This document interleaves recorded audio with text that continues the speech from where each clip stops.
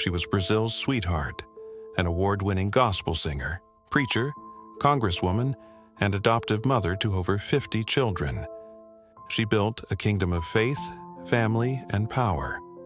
But behind the prayers and public praise was a monstrous secret. She didn't just marry a much younger man, she married her own adopted son, and when he got in her way, she didn't divorce him. She allegedly orchestrated his murder, carried out by her own children. This is not just a crime, it's a horrifying fall from grace that exposes the darkest side of power, manipulation, and blind faith. Before we unravel this shocking case, make sure to subscribe to Netflix Crime Story and hit the bell so you don't miss real-life crime stories that will chill you to the bone. Now, let's begin. Flordelis dos Santos de Souza was born in the gritty favelas of Rio de Janeiro in 1961. Her early life was soaked in poverty and surrounded by violence. She was raised in one of the most dangerous and impoverished parts of the city, where clean water and electricity were luxuries few had. She grew up with a strong faith and a sense that she was destined for more. As a teenager, her charisma and voice drew crowds. She began leading prayer groups, singing in churches, and preaching about hope and redemption. After the tragic death of her father and brother in a car crash when she was just 14, she leaned even deeper into her faith and started believing she had a divine mission. She married young and had 3 children. But after her husband died, she didn't slow down. Instead, she started taking in abandoned children and teens, offering them food, shelter, and the gospel. Soon, she had dozens of sons and daughters under one roof, calling her Mother. Her reputation grew fast. She was seen as a saint, someone who took care of the forgotten, the broken, and the lost. Television shows featured her. Philanthropists funded her. She was given the national title, Mother of the Nation. But then came Anderson de Carmo. He arrived at her house at just 15 years old, a troubled teen with nowhere to go. Flordelis took him in, just like she had with so many others. At first, it seemed he was romantically involved with one of her biological daughters. But once Anderson turned 18, something unbelievable happened. Flordelis, then in her 30s, began a relationship with him. Not long after, they got married. She had raised him as a son. Now, he was her husband. Many suspected the relationship had started before he was legally an adult, but neither of them ever confirmed or denied it. The public was confused. Some were outraged. Others turned a blind eye because she had built so much goodwill over the years. Together, they opened churches, ran community projects, and appeared on TV shows as the perfect, faith-based couple. Behind closed doors, however, things were shifting. Over time, Anderson became more than just a husband. He was her manager, her financial controller, and the gatekeeper of her empire.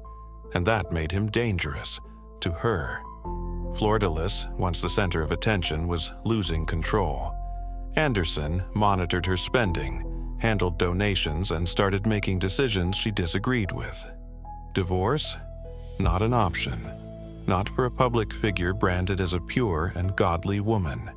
And here's where the story turns from strange to sinister. Inside the Flordelis household, a disturbing hierarchy had formed.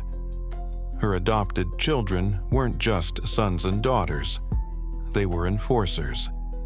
They protected her, followed her orders, and they knew the consequences of defiance. Police later revealed that Flordelis had created a cult-like environment.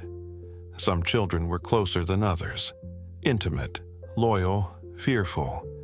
And then there were the whispers. That she had romantic relationships with multiple adopted sons. This was no longer a family. It was an empire built on secrets and blind devotion. On June 15, 2019, Flordelis and Anderson shared a romantic evening. They dined out, walked by the waterfront, and returned home just before sunrise. Anderson stayed in the car to park it in the garage. Moments later, gunshots echoed through the neighborhood. Over 30 bullets were fired. He was hit multiple times. He died instantly. Flordelis claimed they were being followed. That masked gunman ambushed them. She held an overnight prayer vigil and called him a martyr. But things didn't add up. Surveillance footage showed no motorcycle assailants. Security cameras had a blind spot, conveniently in the garage. And one of her sons was seen on footage arriving before the shooting and then leaving immediately. The investigation quickly unraveled a conspiracy. One adopted son admitted to purchasing the gun. Another, Flavio, confessed to pulling the trigger. They had tried 6 times before to kill Anderson using poison. But why? They said it was her, that Flordelis had orchestrated the murder, manipulating her children into doing the unthinkable. She said Anderson had been unfaithful, and her sons were just angry. But police weren't buying it. Flordelis had political immunity. As a sitting member of Congress, she couldn't be arrested. For 2 years, she used that shield. But as public outrage grew and evidence piled up, the walls began to close in. In 2021, she was finally stripped of her immunity. In 2022, she stood trial and was convicted of masterminding the murder of her husband. Her sentence? 50 years in prison. Flavio, who fired the shots, got 33 years.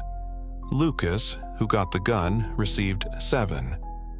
Other children involved got lesser sentences, but their lives will never be the same. And the empire of Mother of the Nation, gone. What started as an inspiring story of faith and resilience turned into one of the darkest crime sagas in Brazil's history. A twisted web of manipulation, obsession, and betrayal. Do you think Flordelis was a victim of her own fame? Or was she always a master manipulator hiding behind God's name? Let us know your thoughts in the comments, and if you're fascinated by real crime stories that reveal the truth behind public personas, then you need to subscribe to Netflix Crime Story right now. Click that like button, ring the bell, and share this video with a friend who loves true crime as much as you do. Thanks for watching, stay safe, and always look beyond the surface.